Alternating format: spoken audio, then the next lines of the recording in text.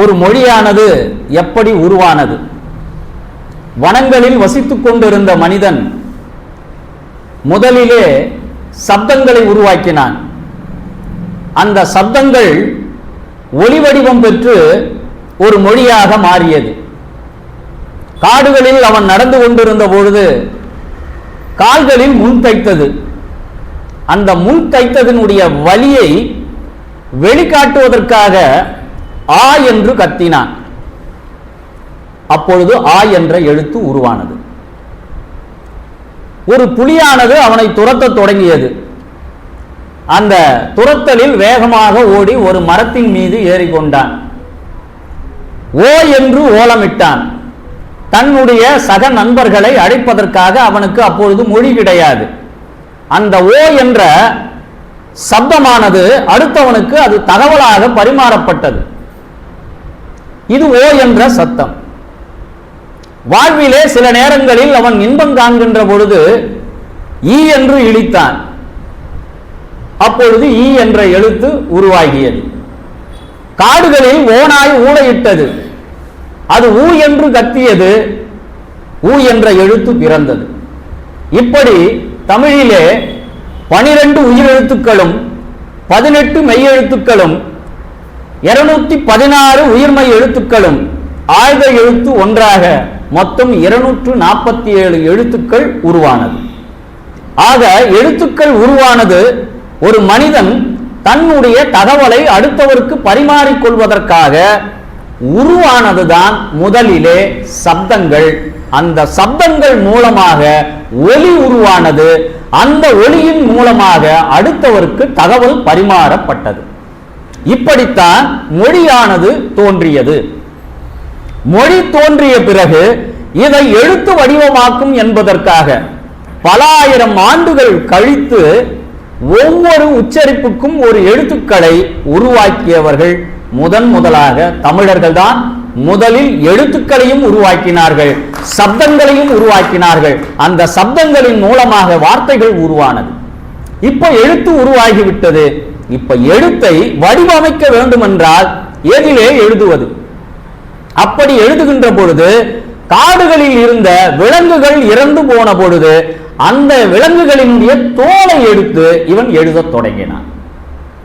அதற்கடுத்து காடுகளில் இவன் ஒரு குகைகளில் வசித்த பொழுது அந்த இலை தழைகளை எடுத்து தனக்கு பிடித்த ஒரு விலங்கினுடைய ஓவியங்களை குகைகளில் வரைய ஆரம்பித்தான்.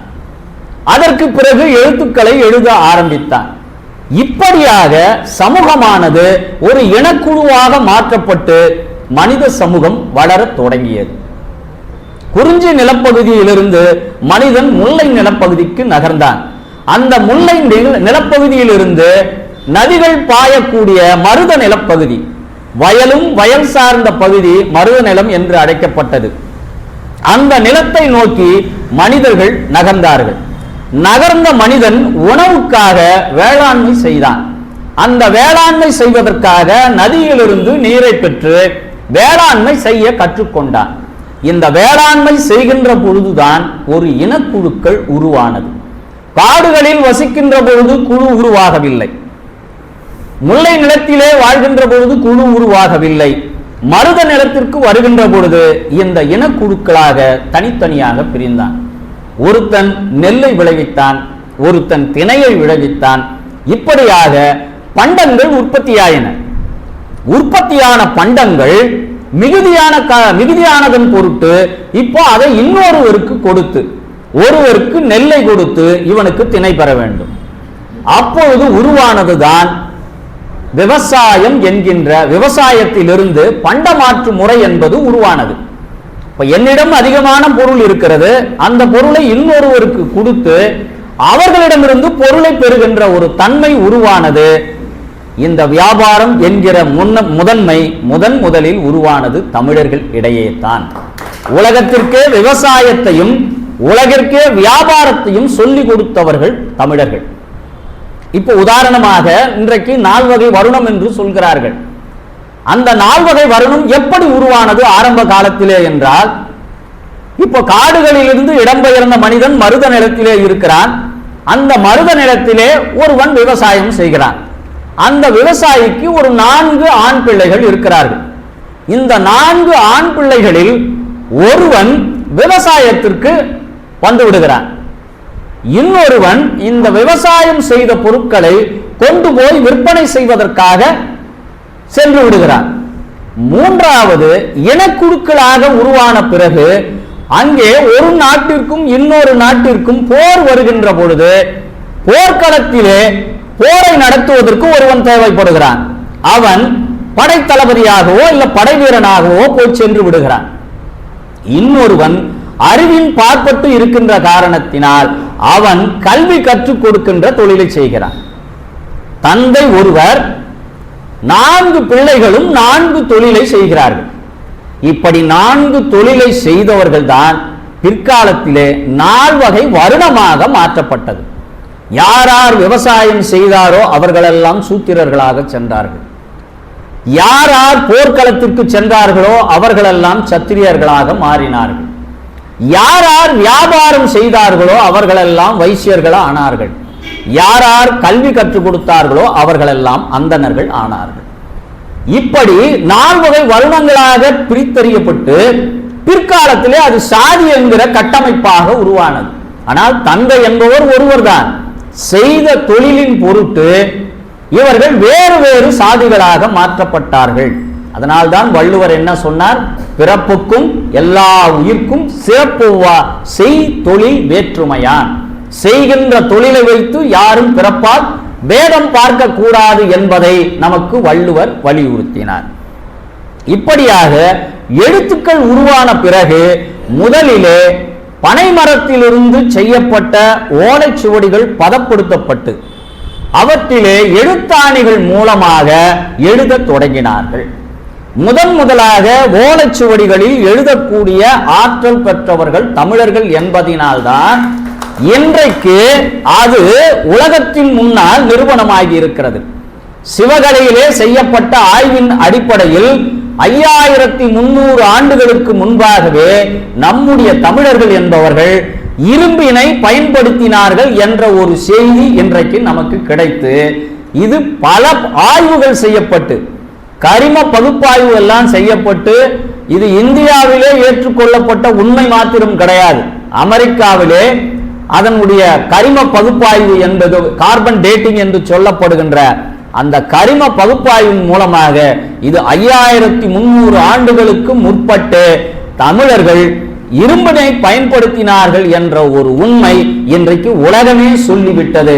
அதனால்தான் அன்றைக்கு பனைமரத்தால் செய்யப்பட்ட அந்த ஓலைச்சுவடிகளில் தமிழர்கள் தங்களுடைய கருத்துக்களை எழுதினார்கள். ஒரு 12 ஆண்டு காலம் வரை அது பதப்படுத்தப்படும். அந்த 12 ஆண்டு காலத்திற்கு பிறகு அது பிரதி எடுத்து அடுத்து இன்னொரு ஓலைச்சுவடியிலே அதை எழுதுவார்கள். இப்படியாக எழுதப்பட்டு மொழியானது வளர்ந்து கொண்டே இருந்தது. விலங்கினுடைய தோள்களில் முதலாக எழுதினார்கள். அதற்கடுத்து ஓலைச்சுவடியில் எழுதினார்கள். பிறகு துணி கண்டுபிடிக்கப்பட்ட பிறகு ஒரு மன்னன் இன்னொரு மன்னனுக்கு தூது அனுப்புவதற்காக லிகிதம் என்று சொல்லப்பட்ட அந்த வண்ண கலவையால் எழுதப்பட்ட கடிதங்களை கொடுத்து அனுப்பினார்கள்.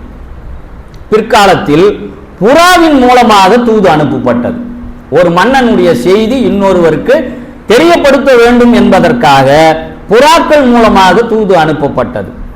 அதற்கு பிறகு சங்ககால இலக்கியங்கள் எல்லாம் உருவான பிறகு ஒரு காதலன் காதலிக்கு தூது அனுப்புவதற்கு தோழியை பயன்படுத்தினான். பிறகு ஓலைச்சுவடிகளை பயன்படுத்தினார்கள். இப்படியாக எழுத்துக்கள் எல்லாம் நமக்கு எழுத்தாணிகள் மூலமாகவும் ஓலைச்சுவடிகள் மூலமாகவும் பாதுகாக்கப்பட்டு பல தலைமுறைகள் கடந்து நம்மிடம் வந்து சேர்ந்தன.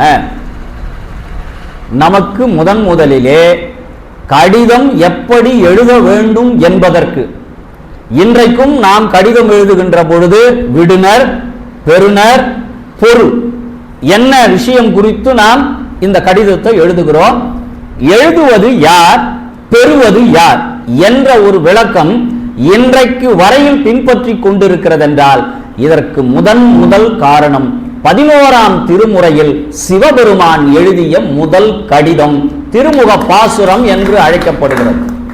அதுதான் முதலாக ஒரு கடிதத்தை எப்படி எழுத வேண்டும் என்று நம்முடைய தமிழர்களுக்கு இறைவனே சொல்லிக் கொடுத்தது. அதற்கு பெயரே திருமுக பாசுரம், இறைவனால் எழுதப்பட்ட கடிதம் என்று பெயர். அந்த கடிதத்தில் பாருங்க, முதல்ல விடுனர், ஒரு விடுனர் என்பவர் எப்படி கடிதத்தை எழுதணும்ன்றதை எழுதுறார். மதுரையில பானபத்திரன் என்ற ஒரு யாழை மீட்டக்கூடிய பாடக்கூடிய ஒரு புலவன் இருந்தான். அந்த பானபத்திரன் வறுமையில இருக்கான். எவ்வளவு நாள் போய் பாடிட்டு வந்தாலும் குடும்பத்தை காப்பாற்றுகின்ற அளவுக்கு அவனுக்கு பொருள் கிடைக்கல. தினந்தோறும் மதுரையிலே இருக்கக்கூடிய அந்த சொக்கநாத பெருமான் முன்னால் நின்று பாடுவான்.